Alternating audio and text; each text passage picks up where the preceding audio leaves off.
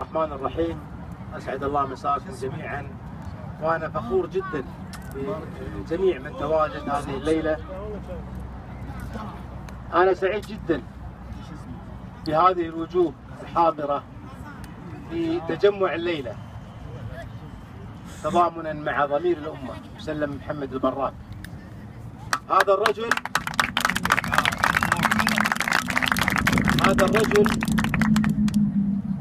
اللي مو حنا نقدر نتكلم عنه، كل الكويت يعرفونه، حتى لو تكلمنا بحق ابو حمود لا نوفي حقه.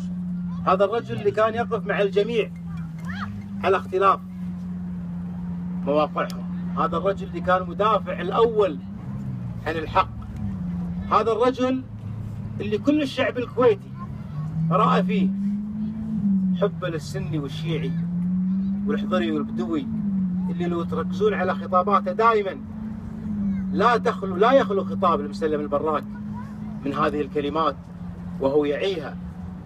هذا الرجل في آخر الدقائق قبل أن يذهب للسجن ذكر كلمة الأخيرة، وكانت آخر كلمة له: أوصيكم بالوحدة الوطنية، أوصيكم بالوحدة الوطنية. لذلك إحنا لما نتكلم عن تضامننا مع مسلم البراك ومع الشباب المساجين هي نقطة البداية.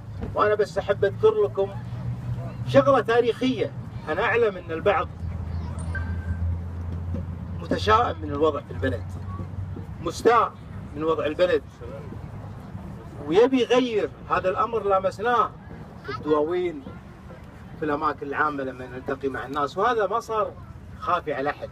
الكل يعلم أن الوضع في البلد الآن الكل مستاء. هذا المجلس مجلس صوري، هذه الحكومة الفاسدة اللي تعتقد انها بالاساليب الاخيره اللي سوتها انها راح تخضع اراده الشعب الكويتي بسحب الجنازه، بالملاحقات السياسيه، بالمضايقات.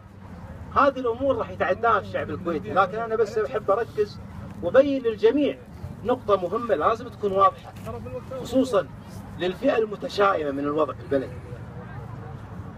في بدايه الحراك، اتكلم عن الحراك مؤخرا، في بداية الحراك ب 2008 تحديدا في شهر 9 بدأ الحراك تحت شعار ارحل يا ناصر، للمطالبة برحيل رئيس الوزراء.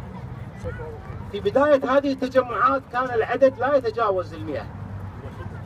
على مدى 3 سنوات، هذا الكلام موجه للمتشائمين من الوضع الحالي، بعد 3 سنوات من شهر 9 2008 انطلقت حملة ارحل يا ناصر. رحل ناصر في شهر نوفمبر 2011، 3 سنوات و3 شهور تقريبا. الحراك ياخذ مراحل، الحراك ياخذ مراحل. لا حد يعتقد انه والله بمجرد الدعوة الناس، لا، الناس مستعدة ان تخرج وراح تخرج باذن الله. وانا اعتقد ان هذه الدعوة، بداية لقائكم الامس وقبل امس والليلة والدعوة الكبيرة ليوم الاثنين القادم هي نقطة التحول. وأنا أقول بصوت عالي أن في مكونات بالحراك، أهم مكون المكون الشبابي. أنا أعتقد بدأوا الشباب وقاموا بالدور اللي عليهم، ما قصروا وتداعوا إلى تجمع كبير يوم الاثنين، لكن يبقى الدور الآن على التيارات السياسية والقوى السياسية. يجب أن تجتمع وتتسامع على الخلافات، لأن الكويت أكبر من خلافات التيارات السياسية. يجب أن تجتمع القوى السياسية في أقرب وقت وتتسامع على الخلافات وتضع الأهداف. حنا في كل حراك ترى الأهداف تختلف. كان في فترة من الفترات ارحل يا ناصر، نريد رئيس وزراء جديد بنهج جديد. الآن أعتقد أن اللي قاعد نسمعه متداول ومقبول عند الشعب الكويتي إن في أهداف 4 لا يمكن نتخلى عنها، وفي اتفاق عام.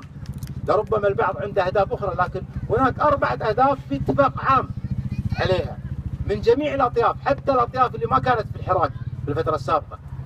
الهدف الأول إسقاط المجلس، الهدف الثاني إسقاط الحكومة، الهدف الثالث إسقاط القضايا السياسية على جميع معتقلين الرأي، الهدف الرابع إيجاد نظام انتخابي غير هالنظام هذا. فأنا أعتقد هذه ال4 أهداف ما حد يختلف عليها.